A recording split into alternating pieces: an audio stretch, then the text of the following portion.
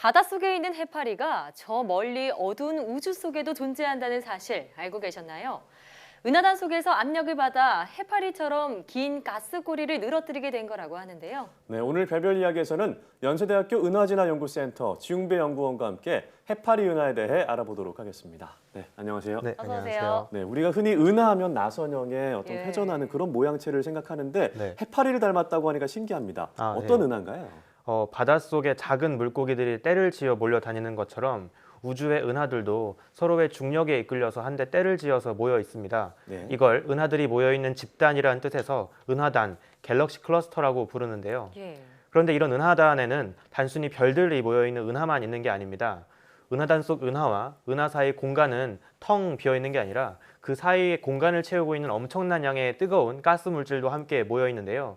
이런 가스 물질을 은하단 내 물질, 인트라 클러스터 미디움, 줄여서 ICM이라고 부릅니다. 네. 네. 은하단에 모여 있는 이런 은하들이 이 가스 물질을 휘젓고 다니다 보면 이해를 돕기 위해서 잠깐 이걸 사용해 예. 보자면 오. 이런 은하가 있다고 했을 때 예. 이 은하가 은하단 내 물질을 쏘 가스 물질을 휘젓고 돌아다니다 보면 그 은하단 물질에 밀려서 뒤로 길게 가스 흔적이 남게 됩니다. 네. 천문학자들은 이러한 은하들의 뒤로 길게 남는 물질을 흘려보내는 모습이 마치 해파리에 낀 촉수와 같다고 해서 어. 은하들을 해파리 은하, 젤리피쉬 갤럭시라는 재미있는 이름으로 부르고 있습니다. 그렇군요. 지구의 바다에 사는 진짜 해파리들은 비교도 할 수 없을 정도로 아주 거대한 네. 수십만 광년짜리의 해파리라고 볼 수 있겠죠. 네, 자, 그러니까 은하단 속에서 압력을 받아서 마치 해파리처럼 긴 꼬리를 늘어뜨리고 있는 은하다 해서 해파리 은하다라고 부른다고 말씀해 주셨는데요.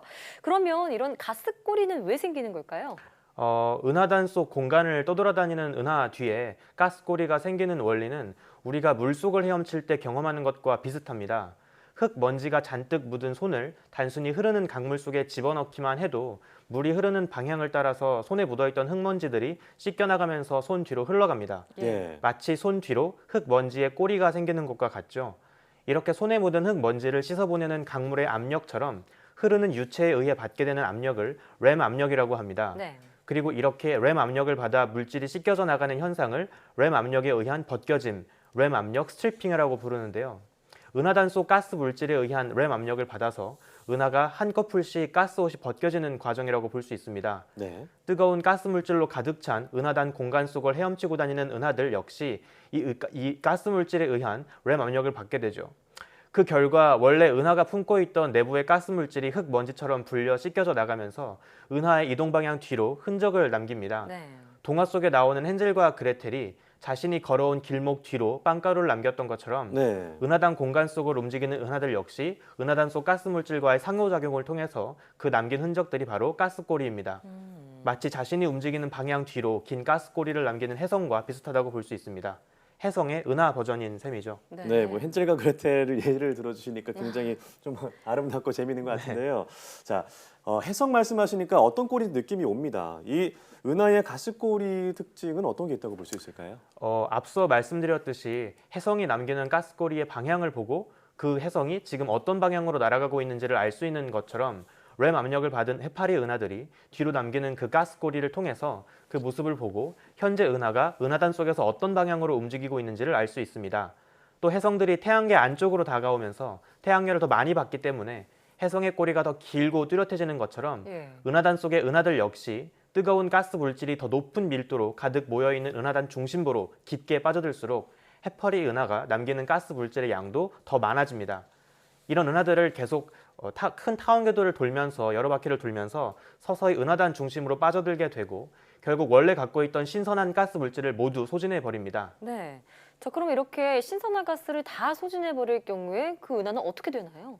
말씀하신 것처럼 해파리 은하들 대부분은 은하단 속에서 서서히 가스 물질을 흘려보내면서 예. 결국 새로운 별을 만들 수 있는 신선한 가스 물질을 모두 흘려보냈기 때문에 네. 더 이상 새로운 별을 만들 수 없는 죽어버린 은하가 되어버립니다. 길가에 남길 빵가루가 모두 사라져버린 헨젤과 그레텔에게는 더는 먹을 빵이 없겠죠. 예. 네. 하지만 은하단 속으로 은하들이 빠져들어가는 과정에서 은하의 앞쪽에서는 은하단 속 가스 물질과 은하가 직접 맞부딪히면서 충돌하게 됩니다. 이처럼 가스 물질이 서로 맞부딪히는 충돌하는 영역에서는 가스 물질이 서로 압축되고 새로운 별이 왕성하게 태어나는 일이 벌어집니다. 이렇게 대략 수백만 년에서 수억 년 내외로 천문학적으로는 잠깐 동안의 시간 동안 별들이 탄생이 폭발적으로 벌어지게 되는데 이런 것을 폭발적인 별 탄생, 즉 스타버스트라고 합니다. 네. 물론 결국 은하단 중심부로 서서히 추락해가는 해파리 은하들은 모두 가지고 있던 가스 물질을 다 흘려보내면서 죽어가게 되겠지만 그 과정에서는 아주 잠깐 폭발적인 별 탄생을 겪으면서 죽기 직전에 최후의 만찬을 즐기는 듯한 그런 모습을 보여줍니다. 그럼 해파리 은하는 다 이게 죽어가는 은하다 이렇게 볼 수 있는 거군요. 네, 그렇습니다. 네. 그럼 이 램 압력을 받는 은하가 그 은하들이 구성되는 은하단에는 어떤 영향을 주게 되나요? 굉장히 중요하고 또 아주 어려운 질문인데요. 네. 은하단이라는 것 역시 그 속에 살고 있는 은하들이 여럿 모여있는 집단이기 때문에 은하단 속에 사는 은하 각각의 진화가 결국 은하단 전체의 운명을 결정하게 됩니다.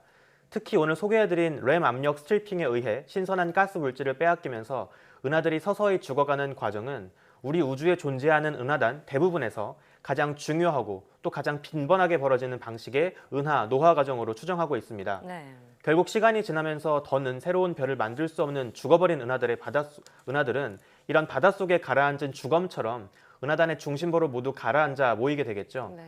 그리고 그 은하단 중심부에 모여든 죽은 은하들은 서로 뒤섞이고 병합하면서 더 거대한 하나의 은하를 만들어갑니다. 그래서 은하단 대부분 그 중심에는 아주 거대한 타원 은하들이 살고 있는데요. 이런 거대한 타원 은하들을 CD 갤럭시라고 합니다.